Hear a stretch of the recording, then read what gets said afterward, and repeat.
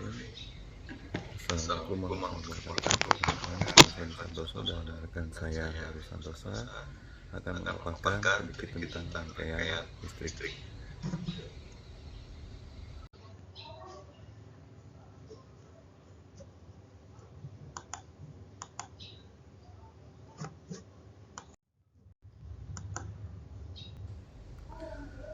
Konsep rangkaian listrik.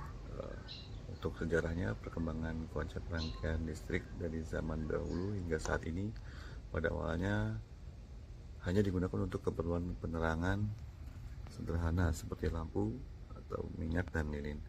Namun seiring dengan perkembangan teknologi, penggunaan rangkaian listrik pun semakin berkembang dan digunakan dalam berbagai aplikasi seperti mesin-mesin industri, komputer, dan perangkat elektronik lainnya. Jenis-jenis komponen yang biasa digunakan dalam rangkaian listrik beserta fungsinya, ada beberapa jenis komponen yang biasa digunakan, antara lain resistor, kapasitor, induktor, transistor, dan dioda.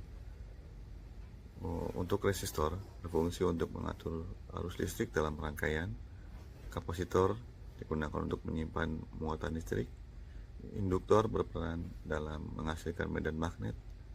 Transistor berfungsi sebagai penguat sinyal, dan dioda digunakan untuk mengalirkan arus listrik hanya ke satu arah.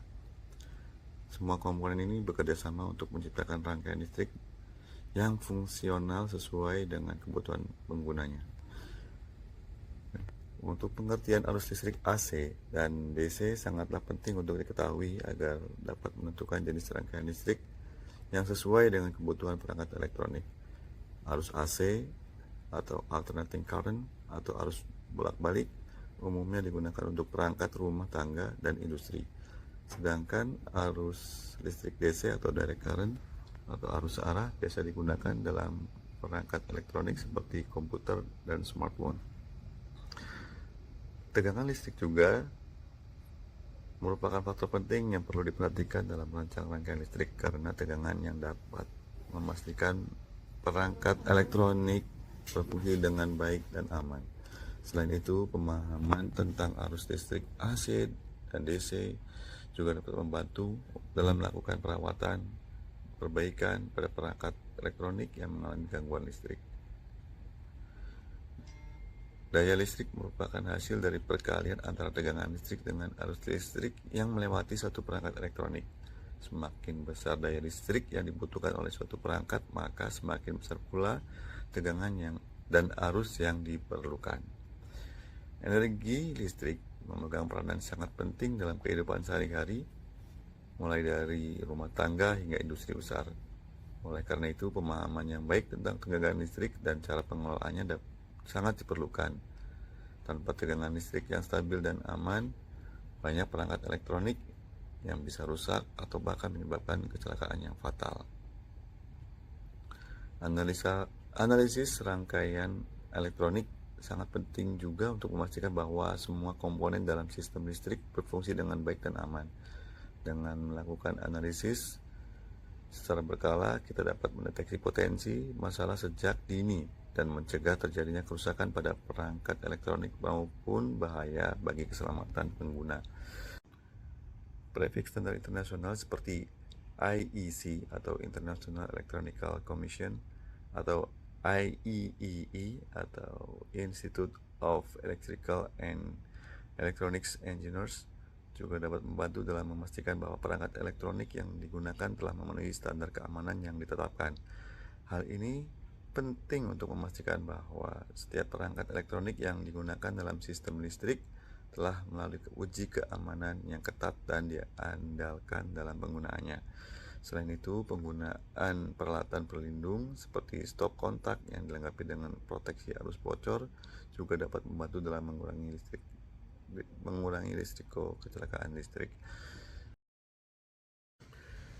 Rangkaian listrik merupakan sistem yang kompleks yang terdiri dari berbagai komponen dan perangkat elektronik yang saling berhubung. Untuk memastikan agar rangkaian listrik berfungsi dengan baik, kita perlu memahami prinsip dasar tentang arus listrik, tegangan, dan daya listrik.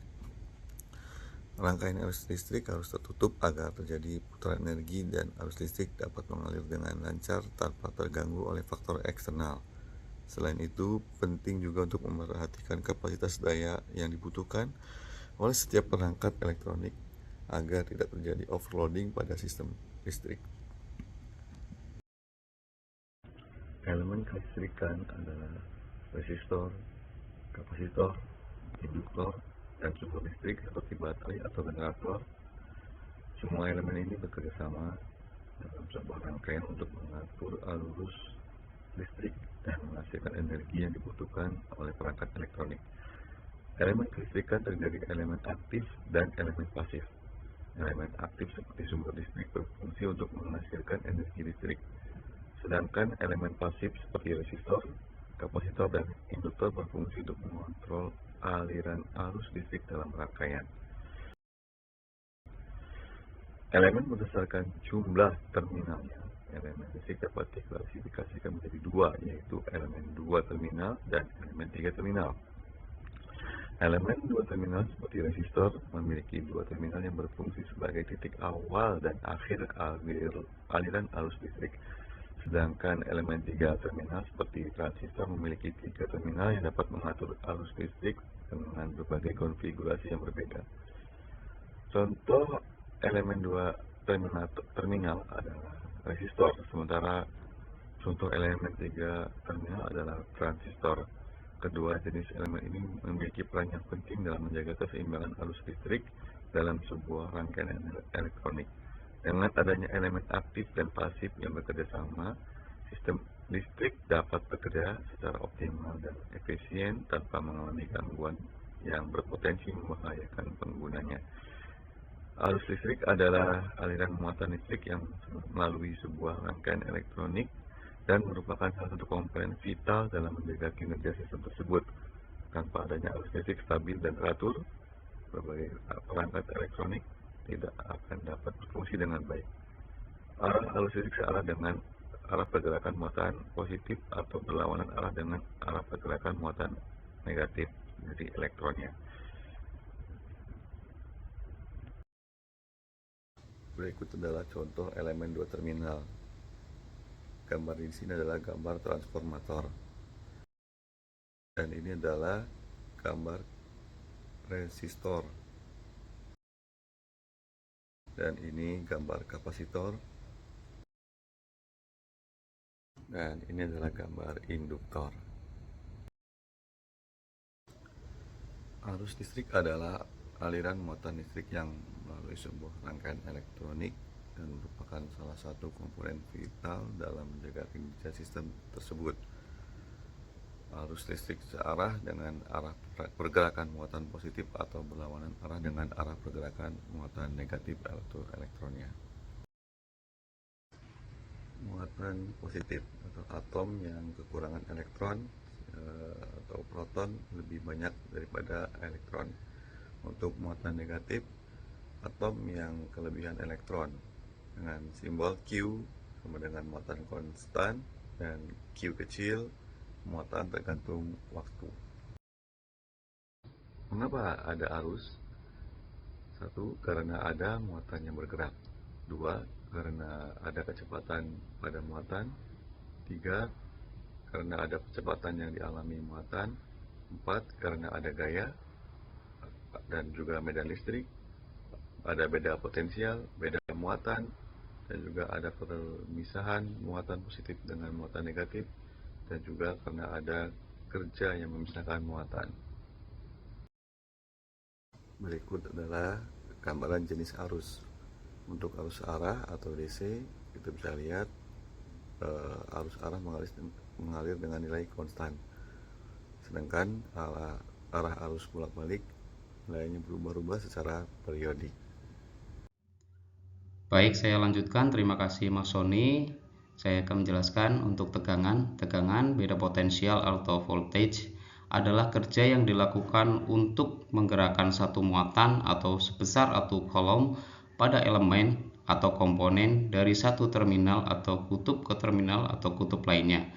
Pada atau pada kedua terminal atau kutub akan mempunyai beda potensial jika kita menggerakkan atau memindahkan muatan sebesar satu kolom dari satu terminal ke terminal lainnya. Kerja yang dilakukan adalah energi yang dikeluarkan, sehingga pengertian di atas dapat dipersingkat bahwa tegangan adalah energi persatuan muatan. Untuk volt dalam kurung untuk lambangnya adalah V. Secara matematis, berikut adalah gambarnya. Ada dua cara memandang beda potensial. Yang pertama yaitu tegangan turun atau voltage drop. Jika dipandang dari potensial lebih tinggi ke potensial lebih rendah. Yang kedua yaitu tegangan naik atau voltage rise. Jika dipandang dari potensial lebih rendah ke potensial lebih tinggi. Kemudian cara pandang nomor 1 lebih banyak digunakan. Misal, sesuai notasi polaritas pada gambar, V sebesar 5 volt. Beda potensial antara titik A dengan titik B sebesar 5 volt. Titik A memiliki tegangan 5 volt lebih tinggi dari titik B. Atau bisa dirumuskan VA dikurangi VB sama dengan VAB sama dengan 5 volt. Dan VBA sama dengan VB dikurangi VA sama dengan min 5 volt. Kemudian elemen aktif. Yang pertama sumber tegangan bebas atau independent voltage source. Yang kedua sumber tegangan tidak bebas atau dependent voltage source. Untuk yang ketiga adalah sumber arus bebas atau independent current source. Untuk yang keempat adalah sumber arus tidak bebas atau dependent current source. Lanjut, kemudian adalah sumber ideal dan tidak ideal. Sumber ideal yaitu sumber yang tidak memiliki tahanan dalam. Sedangkan sumber tidak ideal adalah sumber yang mempunyai tahanan dalam. Berikut adalah lambangnya. Kemudian rangkaian, untuk rangkaian sederhana dan rangkaian analogi saluran air. Rekan-rekan dapat melihatnya, kami menampilkan lambangnya. Lanjut untuk energi. Energi adalah kerja yang dilakukan oleh gaya sebesar 1 Newton untuk memindahkan benda sejauh 1 meter. Berlaku hukum kekekalan energi, tidak dapat dihasilkan dan tidak dapat dihilangkan. Energi hanya berpindah dari satu bentuk ke bentuk lainnya. Contohnya, pada pembangkit listrik tenaga air, energi dari air yang bergerak berubah menjadi energi listrik. Kemudian energi listrik akan berubah menjadi energi cahaya dan energi panas jika energi listrik tersebut melewati suatu lampu. Pada rangkaian listrik, bila ada elemen yang mengirimkan energi, maka ada elemen atau komponen lain yang menyerap energi tersebut. Menyerap energi jika arus positif meninggalkan terminal positif menuju terminal atau elemen atau arus positif menuju terminal positif elemen atau komponen tersebut. Untuk yang mengirimkan energi, jika arus positif masuk terminal positif dari terminal elemen atau komponen atau arus positif meninggalkan terminal positif elemen atau komponen. Energi yang diserap atau dikirimkan pada suatu elemen yang bertegangan V dan muatan yang melewatinya adalah delta Q, adalah rumus di bawah ini. Delta W sama dengan V delta Q. Satuannya adalah joule.